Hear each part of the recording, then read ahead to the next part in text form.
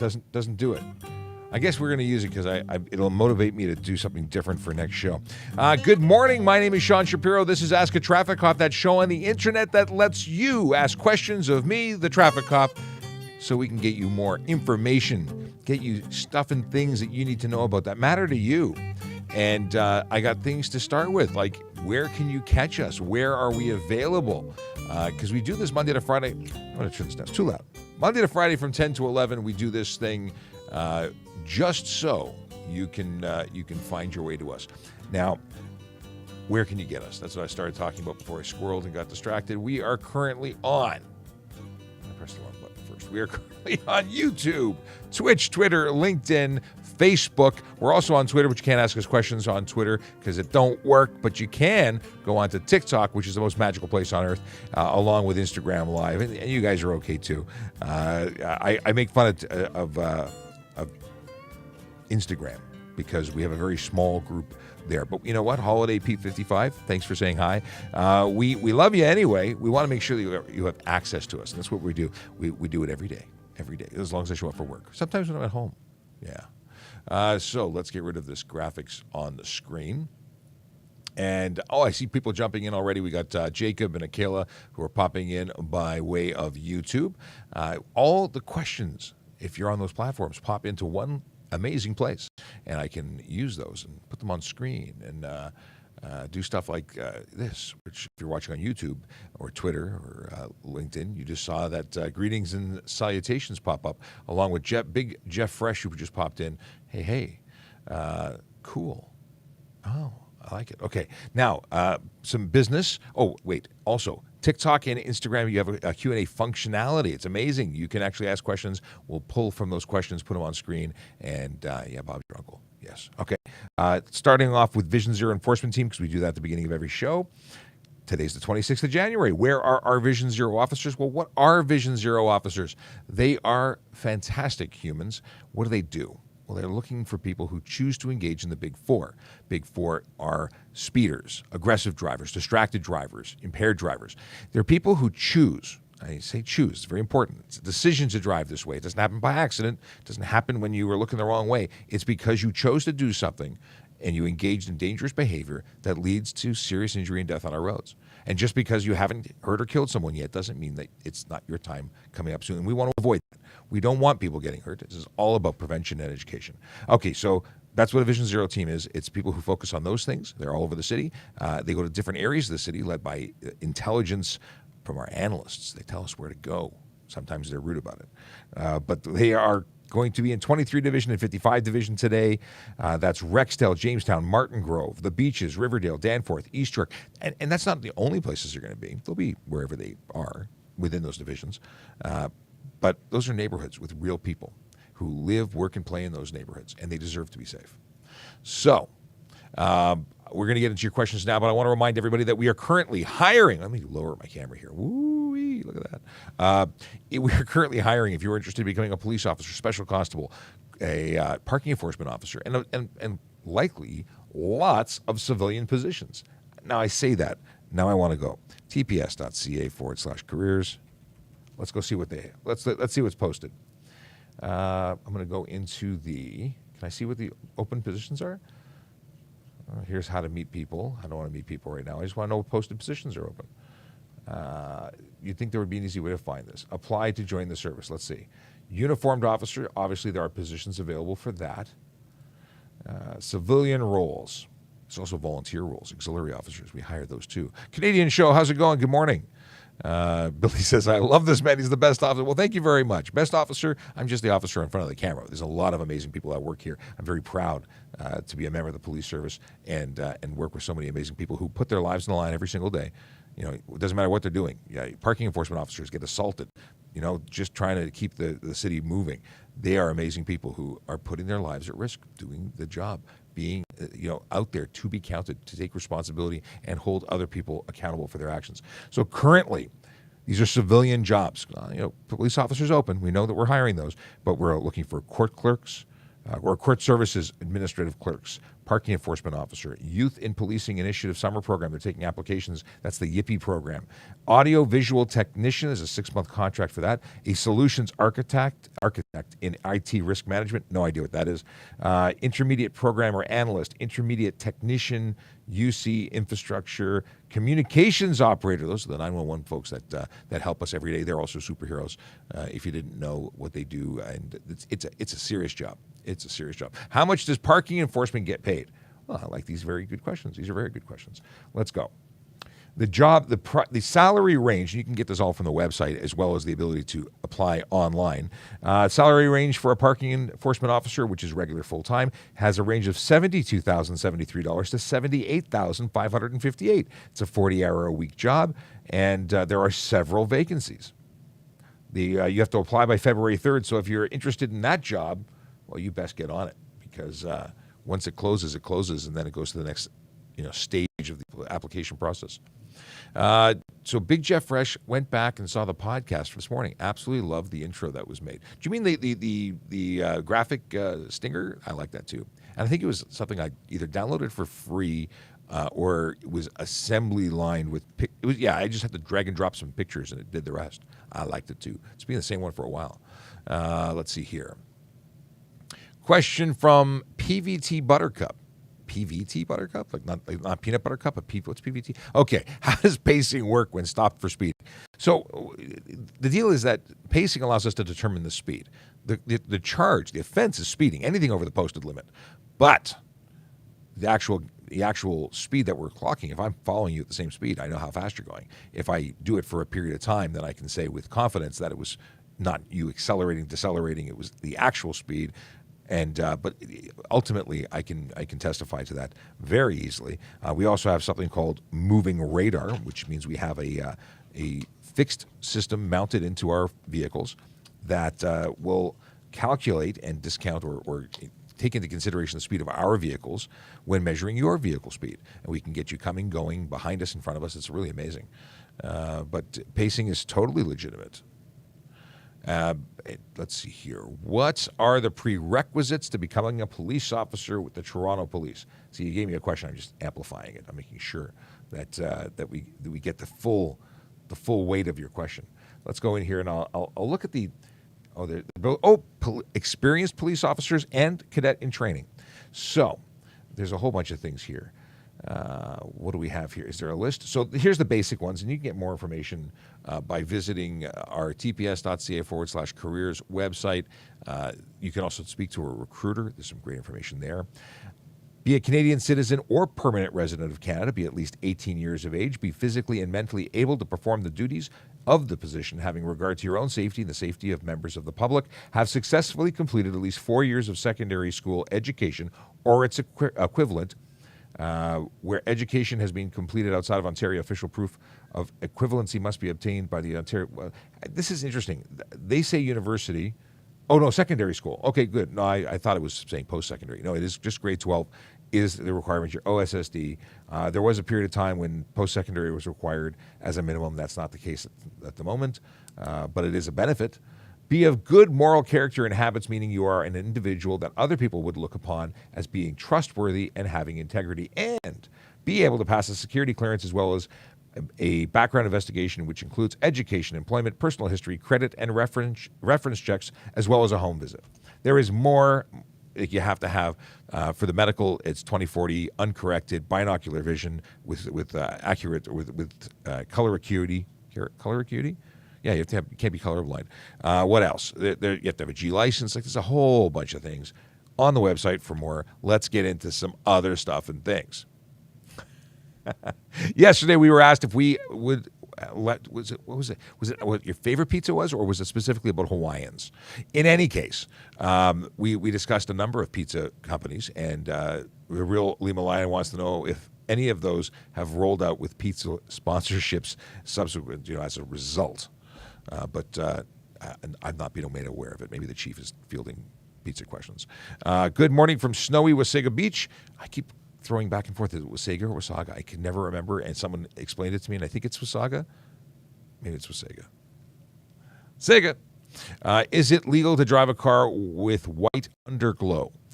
So underglow doesn't specifically break any laws unless the bulbs are visible and the glow is shining outward, projecting forward, back, or to the sides. That's when it becomes an issue. If it's just glowing on the ground, I don't really have a problem with it. Favorite cop movie? There's a lot. I used to love the Lethal Weapon series before I got to know the ins and outs of one of the lead actors who turned out to be a less wonderful person in many eyes of many people. But I did love that movie, the series. But Beverly Hills Cop, Eddie Murphy is Beverly Hills Cop. That's a classic, and I loved it. There's just so many, like Time Cop, RoboCop. Loved RoboCop. I think I just like cop movies. I might be mildly biased, but I watch a lot of cop television shows and movies. And that question was shared by my friend. It was asked by my friend, the Canadian Show, who hosts, I believe, twice a week, a Canadian-themed trivia live stream. You should follow him. You should definitely tune in. And if you are new to my channel, this channel, the Toronto Police Traffic Services channel, then you should be following us because we talk about traffic safety, traffic law, and police stuff every single day. If you would be so kind as to smack that screen. I mean, don't crack your screen, but if you're on a platform that allows you to like stuff, please like us. If you can share it, please share it because we want to get information and access to police to help explain the less obvious laws, to dispel myths, because there's a lot of myths. A lot of people think things are illegal that aren't illegal. So we want to help get the right information to the right people, and you sharing it and liking it is how we're going to do it. We are over 602,000. How many? 602.8 or something like that. Never would have thought in a million years that we would have ever, even broken 100,000. That seemed like an impossible feat, but we did it. In our first year, we were rocking and rolling and growing like crazy. We had in very short order we hit like 20,000 and then 50,000. It just kept going, but never in my wildest dreams did I think we'd get to 600,000. So thank you to everyone who follows us. We wouldn't be here without you. And if you really weren't watching at all, we wouldn't be doing this because we're only here because you're here. This is a show all about you.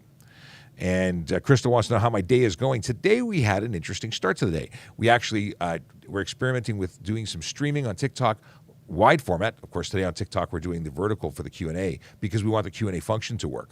But we were wide screen sharing of a podcast episode that we did.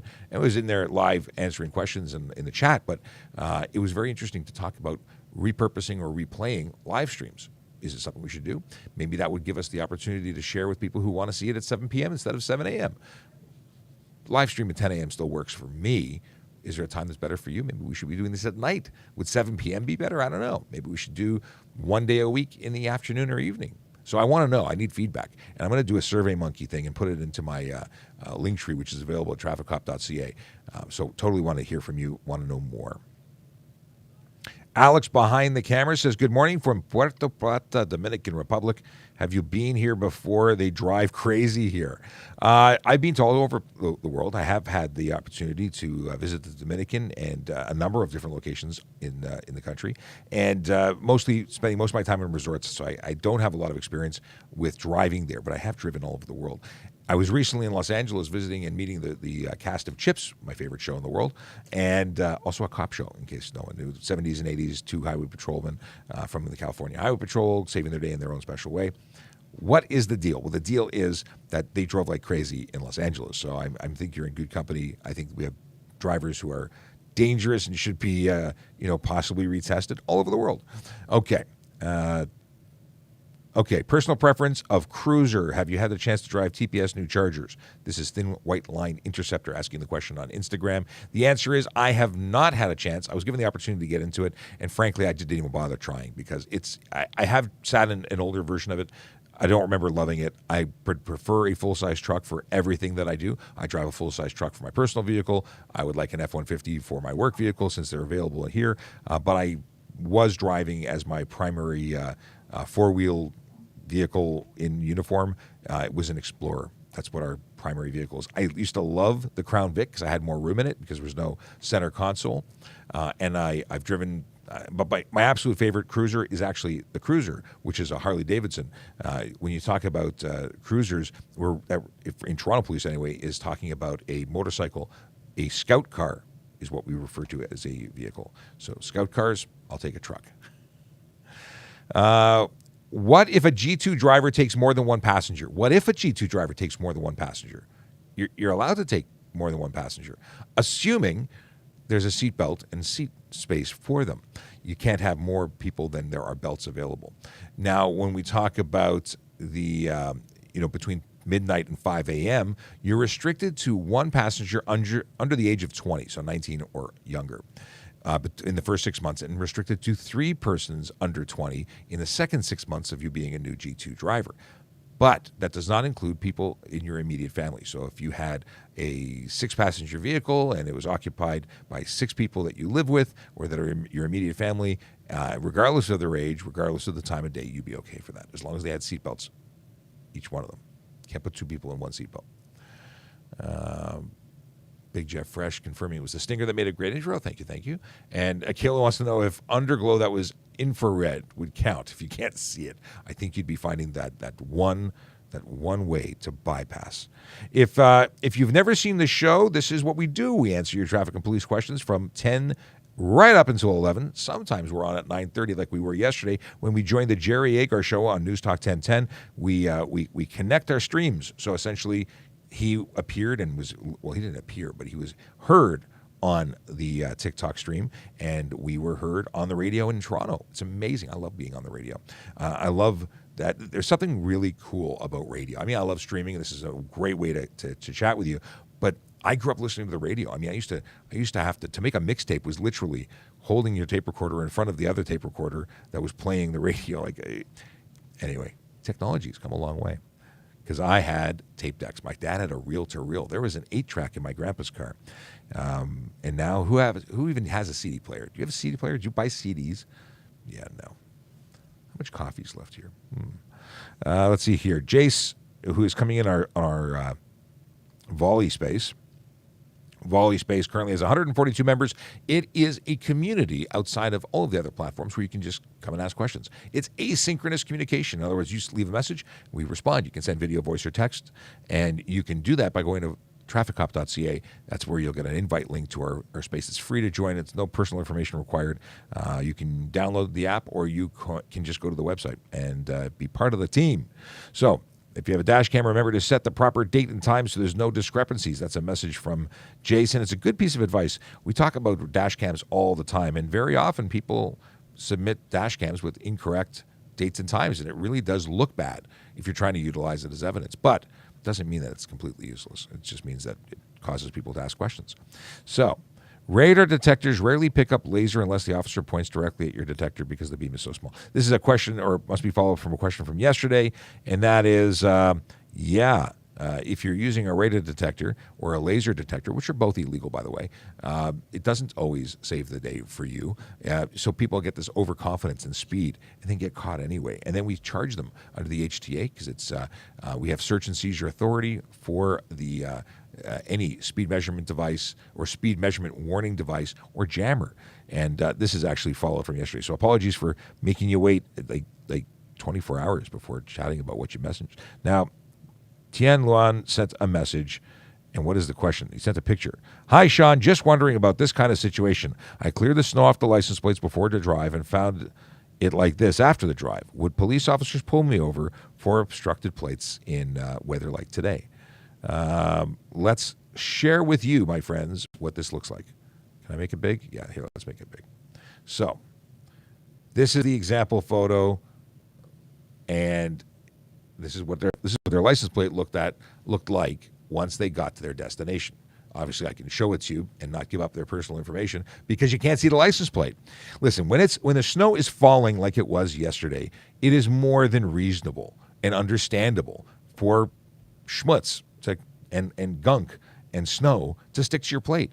When you get off out of the car, you clear it off. Before you get back on the road, you clear it off. And yes, it is a regular thing that you have to continuously do it.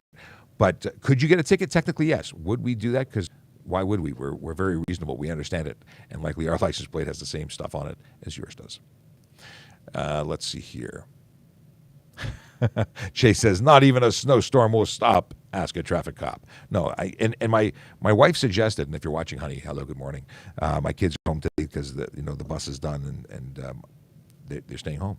But the deal is that I said, I got to be here. I have a commitment. People are expecting to see me. Mike Schmutz says, hey, what were you saying about Schmutz on your license plate? That's awesome. Hey, Mike, thanks for saying hello. I think I said Schmutz, but do you pronounce it Schmutz or Schmutz? Let me know. Let's see here. Do you guys know if someone's using a radar detector? This has been a heavy-duty theme for a couple of days. So radar detectors being prohibited to buy, sell, transport, use. How do we know?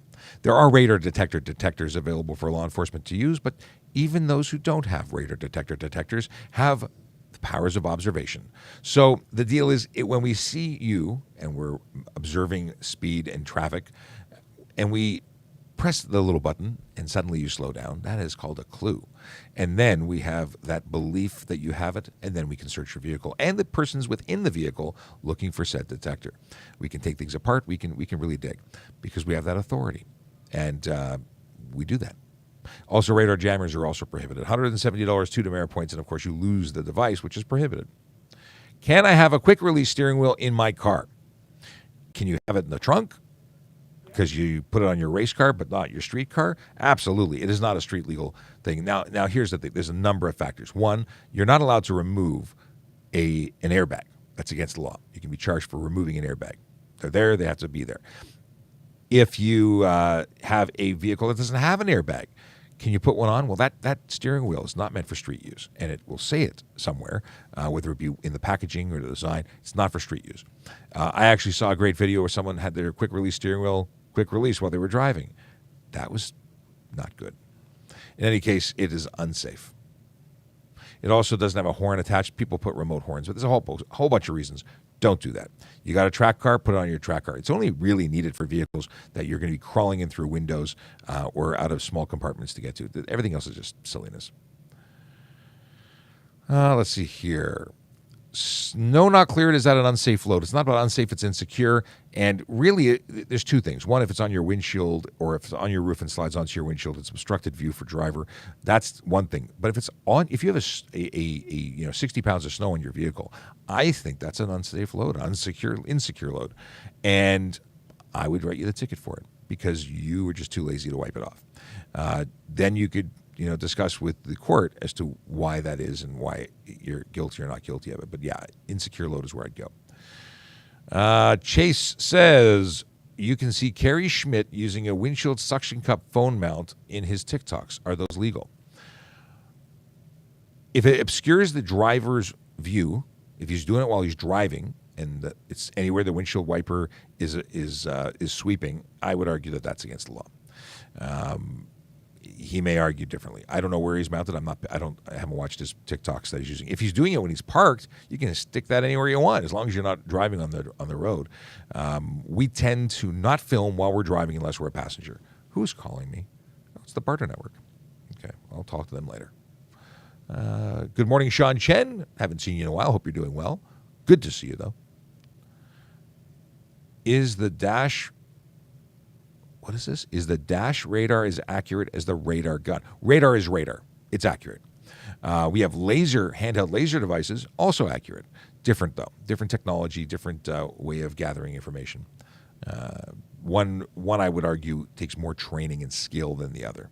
One relies, they're both there to confirm your observations, though. Okay. My daughter is 7, but tall, 80 pounds, booster still. Here's a great thing. It depends. Legally, 8 years old or 80 pounds or 4'9". That is the minimum requirements in order to not drive in a booster seat for a child. That doesn't mean it's the safest thing. It doesn't mean it's the best option. It just means that legally they've reached an age, size, or weight, age, height, or weight, that they can get away without, you won't get charged. I would suggest that waiting is the better option. And I'm not paying attention to the screen because I'm looking for a link, and that link is for CPSAC. There we go. CPSAC, cpsac.org, Child Passenger Safety Association of Canada. On their website, they have all sorts of great information. They also have, I believe, the outline of the 5 checks that you should do for safety. Because as much as they meet the requirements, could be safer for them to be in the booster longer. Because if a child is 8 but small, that's not safe. If they're tall but slim and young, it's not safe. And you get where I'm going with this. Okay. Leroy Jenkins has asked me the strangest question in chat that I caught by randomly. Yeah, I can't even go there. Dylan Wong's wife has turned 30 today. Can she get a happy birthday? I'm not going to sing, but happy birthday, Dylan's wife. What is Dylan's wife's name? Because it seems weird referring to Dylan's wife as Dylan's wife. Just saying. But happy birthday to you. Hope you're having a wonderful day. Hope he takes you out and treats you right, because that's just what's supposed to happen. You're supposed to treat your wife like a queen, or your spouse like a whatever they want to identify as, because whether it be king, prince, whatever it is, treat your significant other special, because they deserve it. They have to put up with you. At least my wife has to put up with me, so she deserves extra special birthday stuff. If she's watching, she's incredibly embarrassed right now. But she hasn't said anything, so we're going to assume she didn't tune in. I'll make her watch it in replay. Let's see here. What if a G2 driver takes 3+ passengers? Depends on what kind of vehicle they have. If they have sufficient seating and seatbelts to safely transport that many people. And, of course, there are restrictions of age, depending if they're not immediate family, between the ages or times of midnight and 5 a.m., in the first year that they're G2s. So, Tyson Sampaio, did I pronounce that right? Is underglow illegal?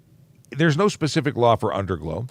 The deal is if the underglow is improperly or poorly installed and violates other laws, you could have problems. If it projects forward, to the sides, to the rear, that's going to be against the law, because there's regulations concerning light. Can't project anything but white or yellow to the front, red or amber to the rear, unless you're in reverse, which is really the front at that point. Anyway, you get where I'm going. There are other rules that it may violate. Can a G2 drive on a highway or G1 with an adult? Okay, I had to let that sink in. A G2 can drive anywhere, highway or not, period. G2 is a probationary license. You have to follow the conditions of that license, but you can drive anywhere. When you talk about a G1, you are not permitted to drive on highways with speed limits over 80, except for a couple of exemptions listed in the HTA, unless you're with a driving instructor, a licensed instructor, not mom or dad, not just an adult, a licensed professional driving instructor. So that's the thing. Okay, checking here. I must hydrate. Cold coffee first and then hot tea to follow. Not in one shot, just happened to be getting rid of my Timmies. I got to finish it.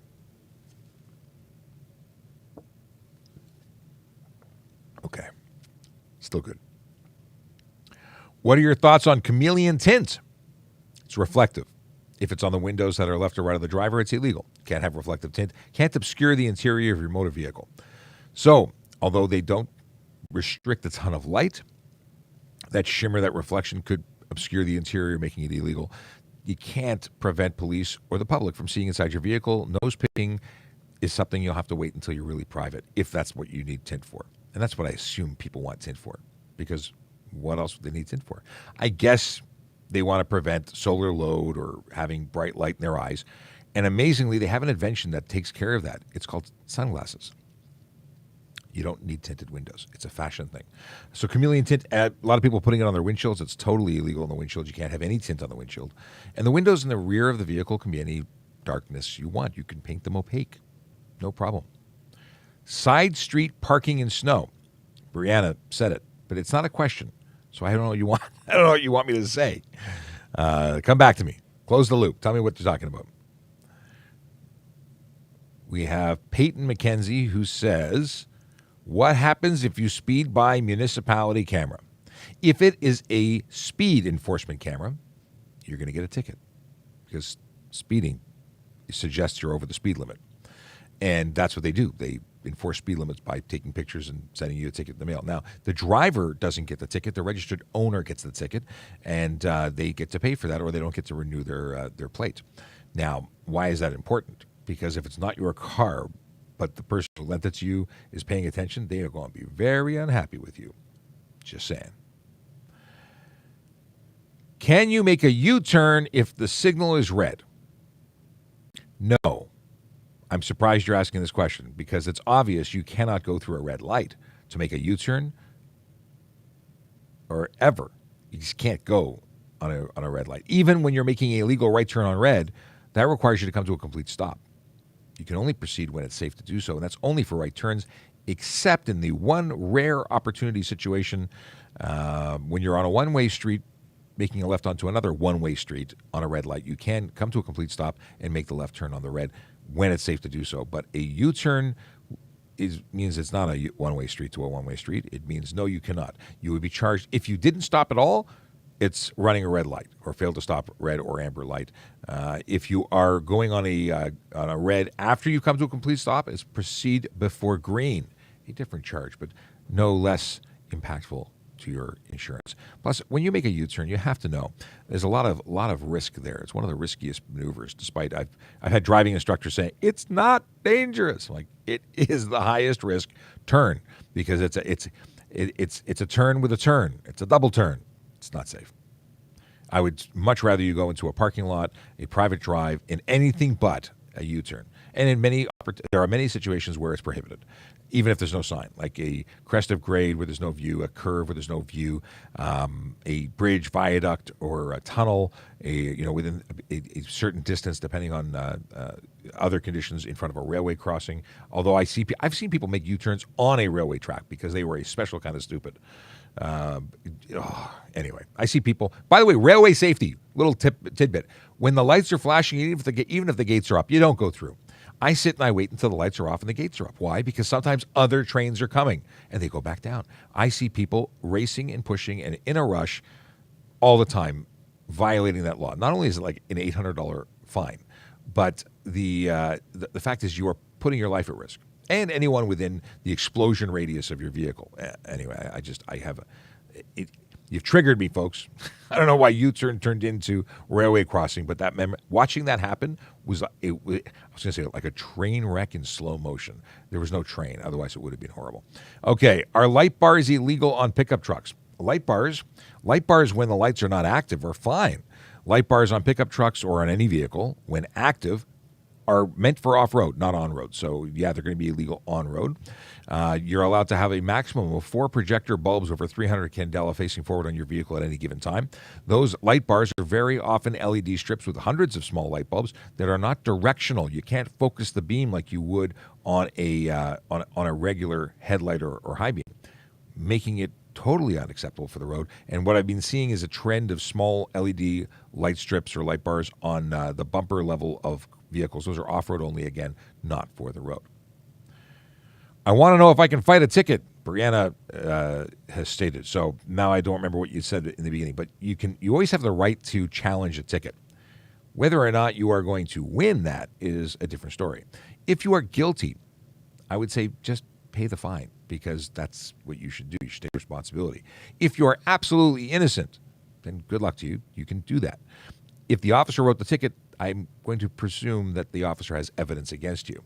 And then it's one of those things where you may or may not have been guilty, and they will, the truth will come out.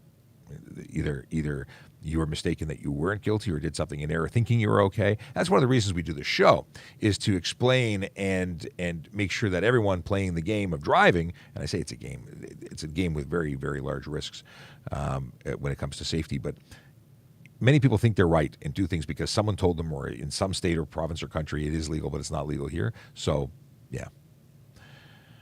Moving along. What are knife law and what length knife is allowed? Knives are tools, and as such, they can be carried. Knives that are used for self-defense are a different situation. There are lists of prohibited weapons. If you're carrying something for self-defense, you can't carry it concealed. There's a whole bunch of things. It's not specific to a 2-inch knife is legal and a 3-inch knife isn't. That isn't the case. Illegal to sit in the back of a truck when you're driving. Yes, you're not allowed to drive with passengers in a pickup truck, in the bed of a pickup truck. When making a right and the light turns yellow, you go. When making a right and the light turns yellow, you go. when making a right. If you come across a yellow or amber light, they're synonymous, sort of. Really, they're amber, and we call them yellow. This is an example. Up. Where's my? There we go. Up there. You're supposed to stop for amber lights, so it's not an indication that you can just go.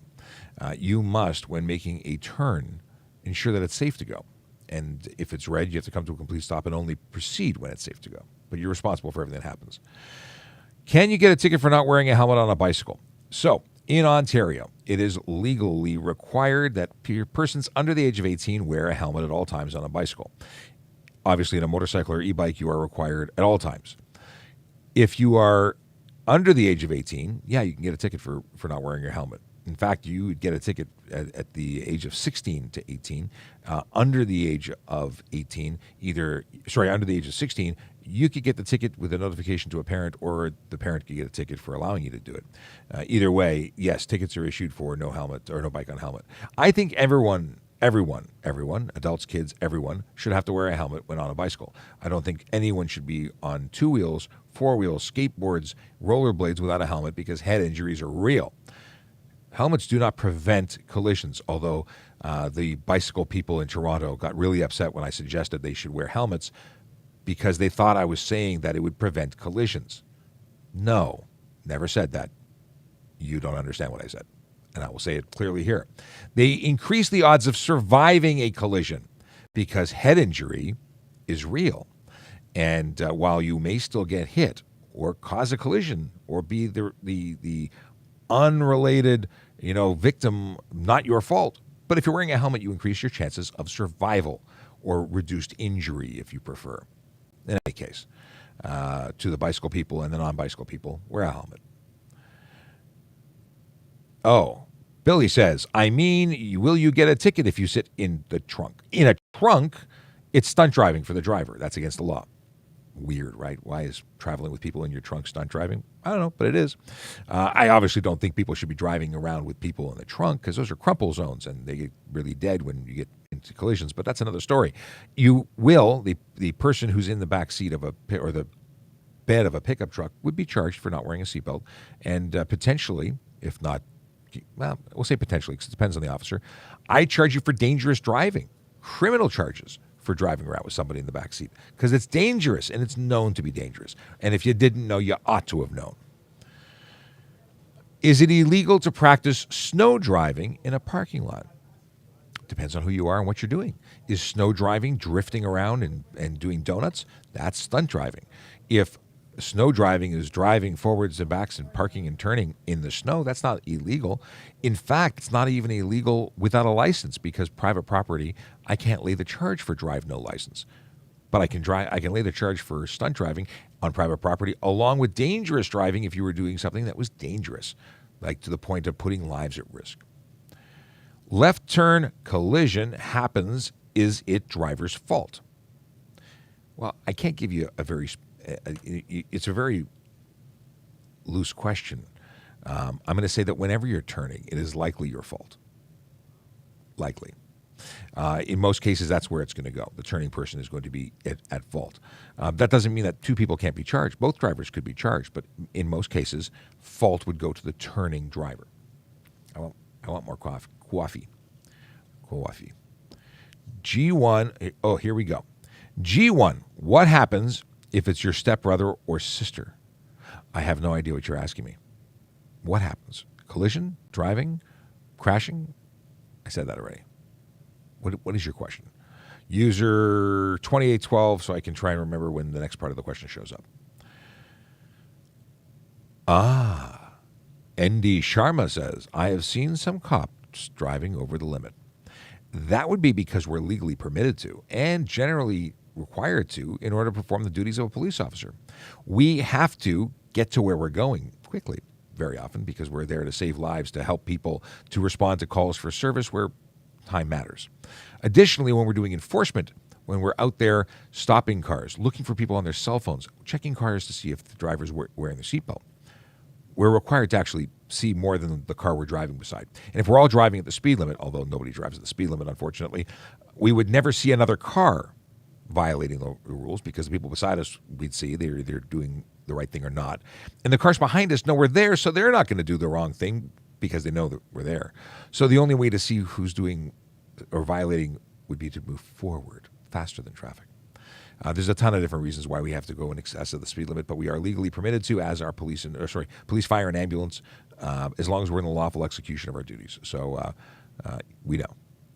Is the G1 test easy? The G1 test is, I believe, 20 questions about street signs and 20 questions about the rules of the road. If you can memorize or read significant pieces of like books that are this thin, you should be okay. There's also apps to help you along. I think it's an easy test. The G2 is far more involved because it's actually driving. There's no driving. Okay. Oh, what do we got here? Oh, lots of emails rolling in. I'm getting notifications everywhere. What happens if you drive a dirt bike on the road? I am assuming you mean a gas-powered off-road motorcycle designed for dirt. That is not a legal vehicle for the road. It's not insured for the road. It's not plated or licensed for the road.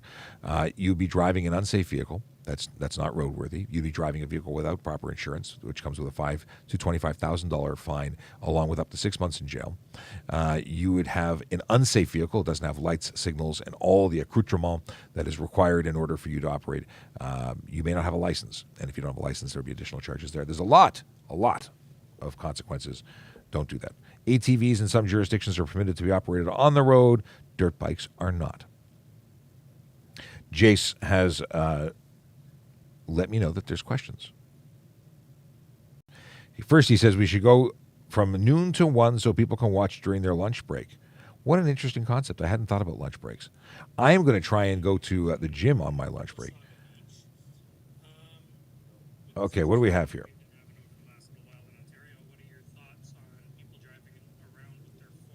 Okay, let's play this for you, and you can hear John Woodstra's comments directly. This is coming in from Volley. It's a voice message, so I can play it for you. Good morning, Sean, from Wasaga Beach. Wasaga. With this interesting weather we've been having over the last little while in Ontario, what are your thoughts on people driving around with their four-ways on? Okay. Four-ways being the magical hazard lights. People do this in inclement weather. They decide that they're going to announce to the world that it's raining. I got news for you. Or snowing. I got news for you. We know. Don't put your four-ways on. Four-ways are for when your vehicle is disabled, unable to move, and parked at the side of the road or in the middle of the road. It is for non-moving vehicles. When you put your four-ways on and you are driving around, you confuse other drivers who, again, can see for themselves that it's foggy, rainy, snowy, slow-moving. They're supposed to be responsible for their own stuff. But when you put that hazard light going, you're putting a perpetual beacon into the future, something that no one ever reaches because you're all driving at the same speed. It's not advisable. It's confusing. I dislike it. That's my take on it. It's not against the law. Maybe it should be. Can a speed camera or red light camera affect the insurance? Because of those offenses not going against your driver's license, and your driver's license is what is used to calculate your insurance premiums, the answer is no. It won't impact your driver's license, thus isn't something that goes on your record at all and cannot be used to change your driver's license. It's against your license plate. I need tea. Okay. Will a G1 driver get a ticket if it's their step? I don't know what you mean. I wish I knew because I want to answer. I just don't know what you're talking about. I have my G2 test next week. Any tips? Don't eat yellow snow. Also, get lots of sleep. Also, don't be hungry. Eat a good meal in advance. Go to the bathroom in advance. You don't want anything weighing you down to interfere with your ability to concentrate. So eating, sleeping, going to the washroom in advance. You know how to drive. You've been driving for a while, right? G2 should not be something that you are stressed out about. Not everybody likes tests, but you got this. If you've been practicing like you were supposed to, that's the whole reason for the G1, then you should be prepared. If you have actual instruction, you should be good. So be relaxed and try and reduce that stress. Don't freak out about it because that's not going to help you. Hey, are you joining us? I have a very short period of time. It's perfect. You're in time for dad jokes. Oh, Let's see here. I think it's this one. Good morning, Sean. Good morning, Sarge. Sergeant Murray Campbell joining us on the microphone. How's your cough, by the way? It's still there. Okay. But it's getting better. Well, that's good. Lots of vitamins. Vitamins are good. Yep. Let's see here. How would my daughter find out the officers who responded to an incident where a car nearly hit her? Where would you steer this person to find out this information? Well, what is that the only information you're looking for? Just officers' numbers? Or are you looking for a copy of the whole report that was done? Or it all depends on what you're looking for. It sounds like a nearly hit incident wouldn't cause or be involved with a collision. Otherwise, I would hear it would be a collision. So there may not be a report. So if you were trying to find out who responded, I'm not entirely sure. You could call in. You might be able to call in and find out. I don't know. Yeah. Did she make the phone call? Was she the one who called us? And if so, she would be recorded. True. Through our operator. Yeah. Those are recorded lines. You know what? 808-2222 and ask to speak to somebody at the duty desk. The duty desk would be able to direct them how to get that information. You said duty. I did say duty. Duty. Okay. Emma says must-haves for car emergency kits. This is a good question. We don't really talk about this stuff. It's that's more of a CAA. That's their big thing to suggest what to carry in the car. I think a small shovel is a good idea. A blanket, some snacks are good. Winter gloves, winter clothing, if as a duplicate for things you may already have but could get wet and dry is good. What else? What kind of things would you want to carry? Flares? So I carry, tell you what I have. I carry a utility knife. I carry a flashlight. I carry a first aid kit. I actually carry naloxone in my car. Yes. Just in case. That's temperature controlled. You be careful with that. Yes, I did find that out. Plus, I carry extra clothing. I have gloves and an extra jacket in the back. So just a thin windbreaker type jacket that I can put over top of whatever else I'm wearing, just to protect me from the elements. Should I get stuck or stranded at the side of the road?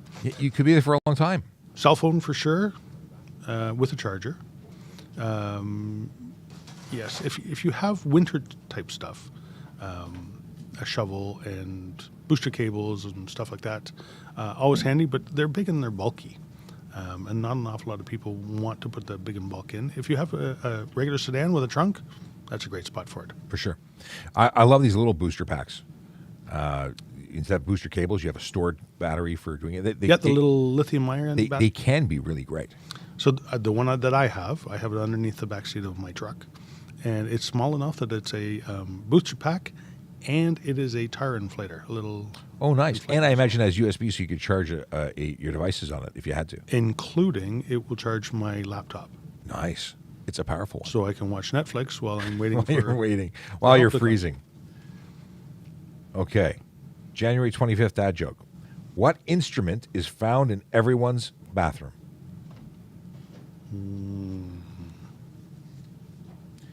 A tuba toothpaste. I laughed because it's so dumb. It's so bad. Yeah. We have one from Big Jeff Fresh. Don't challenge death to a pillow fight unless you're prepared for the repercussions. That's not bad. I'm not getting it. What's a repercussion? The repercussions? Oh, repercussions. Repercussions? Repercussions. Oh, come on, Dad. If it was on one line, Big Jeff Fresh, that is the one of the day. I like that one. It's good now that I actually know how to read. Repercussions. Yeah, it's not bad. Death, the Grim Reaper. Yeah, no, I got that part. Okay. Reaper and cushions was on two separate lines, and it didn't flow for me. So I wasn't picking up what he was putting down, even though it wasn't bad. I got you, Big Jeff. Officer get in trouble going through school bus red. Actually, nobody can go through a school bus red. Technically speaking, we're not exempt from that. Now, they may have a situation that is so emergent that they're going to go, and they're going to take that safety risk because they're going to make it the best decision they can be based on the situation at hand. But yeah, they can get in trouble for that. So I've I've done an awful lot of stuff in this job, including some undercover stuff. That is a rule of thumb. When we're allowed to break some traffic laws, that's a rule. You never break that one. If you can help it, you never go through a school bus with flashing lights. No, that's a no-no. You are protecting the most vulnerable people out there, kids. The most important people, arguably, are children, and that is sacred. You know, there's only a couple of things that really bother me is when kids get hurt and when cops get hurt. So that bothers me more than anything else. Not that other things don't bother me, but those are the two highest levels of upsetness. I wouldn't want to put kids at risk. So yeah, you can get in big trouble. And if something happened, oh my God, it would be terrible. Let's see here. Oh, a follow-up. So somebody asked about learning to drive in a parking lot for snow. And I said, you can drive in snow in a parking lot, but you can't do burnouts, donuts, drifting in snow. And the follow-up question from Bradley is, how should people learn to handle snow skids then? Well, you should never get into a snow skid. So why would you want to put yourself into one? Now, if you're on a racetrack and there's courses, you can take courses on a racetrack. I'm going to say no racing school will teach you, other than a skid school, will teach you how to skid because it slows you down. Mm-hmm. You're not getting the maximum potential out of your vehicle if you don't have the traction. You cannot intentionally cause your vehicle to lose control and drift. It's stunt driving. Yeah. And you know what? For all those people that used to do it and thought that they were doing it safely, you can blame all your other fellow motorists out there. It's like people like the takeover events and stuff like that actually caused that law to be in effect. It was their poor behavior that caused the government to finally say enough is enough. Yep. We're going to come down hard and we're going to make everything that is unsafe. Absolutely, letter of the law. They talk about underground parking, above ground parking, fields, farmers' fields, like everything other than a racetrack, an indie event, and a sanctioned event that's illegal. They even include beaches in there as well. Because everyone's going to be doing drag racing on beaches. Well, that's what you used to do in the olden days. On the beach? It was nice and flat. It must have been really old in days. I wasn't drag. I'm old. Talking about drag racing, are drag tires legal in Ontario to use on the road? Drag tires generally have no tread. They're slick. You have to have tread. Yep. You cannot have, because that means you're going to have an unsafe vehicle should there be any water. I won't be able to send that water out and continue to maintain contact. By the way, all racing, despite the misinformation that many people share, is all about managing your rubber. And I was schooled on this by my friend Brian Max, who's a longtime race car driver. And we talked about the fact that it's managing rubber, both in making it last and making sure that you have the best ability to drive power to the road. Yeah, absolutely. So you know what? We have a minimum 2 millimeter tread depth in Ontario. It's pretty much that way all across North America. You can look at your tires. In between the tread on your tires, in the sipes, you will actually see the wear bar indicators. You will know when your tires are getting down to the unlawful level. You should change them long before that. Yeah. But it becomes unlawful. And you also talk about the fact that they age out. They actually become so brittle and hard. Rubber doesn't have a forever lifespan. Right. Well, you know what? There's not too much rubber in tires anymore. They're a chemical compound. There is stuff in there to stop it from deteriorating, but it does happen. And you can definitely see a difference between a brand new tire and a 5-year-old tire. And a lot of it has to do with the sun and pollutants and stuff that's in the air. Last comment on that: drag tires, Not legal. Not- Hard no. not DOT compliant. Oh. Now, Jace just wants me to say radar detector again because he thought that was funny. Radar detector? Yes. What is this? Oh, did I ever see the video of the officer who pulled someone over, put them in the back of their cruiser while parked on a train track and got hit by a train? I've not seen that video. No, I have not. That sounds like a bad idea. That's poor planning. That an officer chose to park on the train tracks.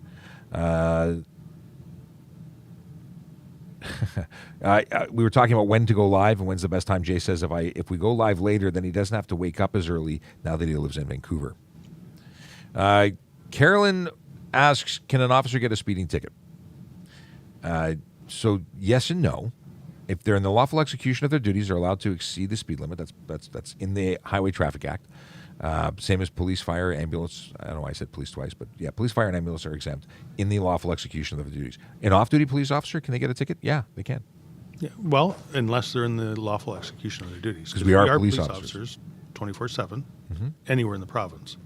You would have to have a huge justification to do it off-duty. You must be actively engaged in work and be able to justify that. So, and that could be a situation where someone is a possible impaired driver, and you're trying to get the information for the speeding car to exceed the speed limit. They're exceeding the speed limit, they're putting lives at risk, and you are going to acquire that license plate to call in to dispatch to have units. That could be a justification. That could be a reason. yep. And you know what? You better be on the phone with 911 already, calling assistance of other people to come in and help you. Can you hear a little bit of a voice in the background there. Yeah, and it's a question from Chase. I just have to, before I go live on it, here's a volley from Chase. But what's the harm? Because if you just have your tail lights or brake lights working, it's just a solid light. But if you have something flashing, wouldn't you say it's more noticeable? Isn't it kind of like on top of school buses, they have that white light? So this is Chase asking for clarification as to why I'm saying you should not drive around in rain, sleet, snow with your hazards flashing at all times to signify that you're driving in rain, sleet, or snow, because other people can see that there is rain, sleet, and snow and are responsible for slowing down already. And I say that those flashing lights are hazard lights for vehicles that are not moving, that are they're hazards not in motion. Exactly. So those are hazard lights. Those are there to warn people that something completely different is happening, and they should be very, very cautious of what's going on there and around it. Most normally meant for vehicles that have come to a complete stop. You know what? If you're driving around at 30 kilometers an hour, like I was yesterday in the snow, and everybody around me is driving at 30 kilometers an hour yesterday in the snow, because we had this conversation this morning already, and I saw multiple people with their four-way flashes on. What made them so hazardous compared to me that was driving carefully that they have to have that on? Well, maybe they're just trying to tell you that you shouldn't go faster than them, or that they are going fast, even though maybe they're just not paying attention to what you're doing. So they want to make sure that there's no good reason, folks. No. Don't use your hazard. I was trying. And you know what? You actually make it worse for everybody else who actually is in a hazardous situation. Because if everybody gets used to your hazard lights, or tow trucks driving around with the yellow flashing lights on, or the whatever, the use of the yellow flashing lights on top, the more people that do it, the less important it becomes in people's minds. Because I've seen it 50 times and it's just a tow truck driving down the road. For no reason. With no hazard. Yeah. A tow truck won't drive down the road if his vehicle is, hazardous. It just won't go. It's not worth it for him because we'll pull him over and take him off the road. Hazards are not safe. They're hazards. Exactly. Can a cop take your car to chase somebody? I'm commandeering your vehicle. Here's my badge. Get out. Can we do that? I want to say sure. I believe we'd have to be in the movies. Well, I actually think that because we can drive any vehicle in an emergency situation, regardless of license status. I think there is an opportunity. It's got to be something serious. If we did that, we'd be really in trouble. And are we liable for it? Sure we are. Oh, yeah. Yeah, that would be a long report to explain why we did that, but it might be justified. I've never had a situation where that I could see myself doing that. Every situation would have to be adjudicated separately. But in the movies, they do that all the time. This is true. Is it legal to tickle an officer? Same person who's asking, is it legal to tickle an officer in uniform? I would say that's assault if it's not going to be invited, and then you shouldn't be engaged in that in uniform. So, you know what? Yeah. So 100% would be an assault. Any person that places any force by act or gesture on any other person without permission to do so is assault. Yeah.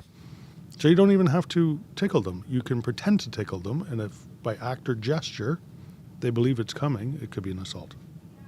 I think that if someone tried to tickle me in uniform, my wife would assault them. Fair enough. Okay. If someone runs, can I pit maneuver them? No, you can't. That would be a collision, and you'd be responsible. Can we? And well, pit maneuver is one of those things we don't do, but we could do.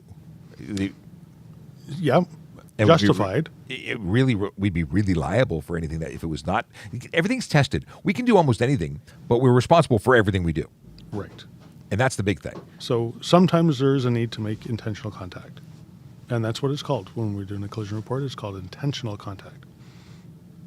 Here's a question: 4-wheel drive snow tires or all-weather tire? I am an advocate personally for snow tires well, it's not snow tires, they're winter tires. It's not just for snow, it's for the winter because they actually have a different compound and remain softer in colder temperatures, in addition to being able to have larger grooves to allow snow and slush to be transported out of the treadway. Yes and no. So there's a difference between snow tires and ice tires. And they're both winter tires, but they do things differently. The snow tires have a bigger, deeper lug on them, a little less siping in them. Siping is the little tiny little cuts that you see in your tread. The siping is what really, really helps in icy conditions. So if you have, I can't tell you what brand I have, but I have one on one of my cars that is bigger lugs. And that car I take up to the college and I drive through, deep, deep snow.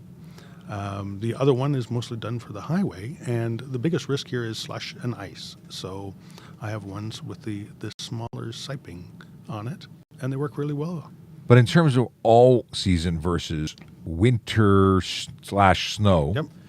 the all-weather tire isn't an all-weather tire unless there's these new ones that have like 4 different tire compounds and they're each 2 inches wide. Like I think a dedicated winter type tire versus an all-weather trying to be the Swiss Army knife of tires, I think you're gonna have much better performance on the one that's dedicated for the type of driving you're doing. It's like every single thing in the world. You may get something that does all things, but it doesn't do it all very well. Figure out your type of driving, figure out where you're mainly going to be driving and using it, and get the best product for that situation. And people who say, this is an argument I hear all the time about driving with winter tires versus all seasons, they say expensive. More expensive to get more tires, and I can't afford it. And, well, 2 things are true. Well, there's more things that are true. There's lots of things that are true. But the 2 things in particular what I'm about to say is that you use the tire for half the season, it's going to last twice as long because you're gonna rotate between tire sets, so both will last longer. It is a higher initial investment, but it does work out well. Additionally, what's more expensive? Increased insurance rates and damage to your vehicle in the event of a collision? Safety? What's that? How do you put a price on safety? It's a worthy investment in my opinion. Just the price of your deductible alone Yeah. could cover the cost, though. And you normally get a discount if you have winter tires. Absolutely. My insurance company does that. Is it Eileen wants to know if you can drive without insurance? And the answer is no, you cannot. Every vehicle on the road must have insurance. A $5,000 to $25,000 fine, up to 6 months in jail on your first conviction for driving without insurance. Now, it is time to shut it down because we have somewhere to be. I will respond to John's comment on volley because he's got a couple of them. We'll do that a little later when we have some more time. Have a wonderful day. We'll be back tomorrow for Friday. I won't be here. And he will not be here because you're going to be doing something more fun? I heard that it snowed yesterday and today. Ooh. And I have a snowmobile that is just dying to go for a ride. Well, you enjoy yourself. I hope you have a wonderful day doing things while we here work. Well, you know what? I get at least one day off. And to those who have pending questions, they will unfortunately get deleted. I will not see them. Please join us on trafficcop.ca. Hit the button that says Ask Me a Question in Volley. It'll bring you into our community. That's where you can continue to converse with us, every day and all day and all the time. But you can also use the Q&A on TikTok. We'll make a video to respond to you. There is a waiting list for that. There's tons of videos that we're going to be making to respond to people. And you know what else? We'll be back tomorrow, so feel free to drop us a line at 10 a.m. tomorrow. We'll talk to you soon. Have a great day. Here is the traffic song.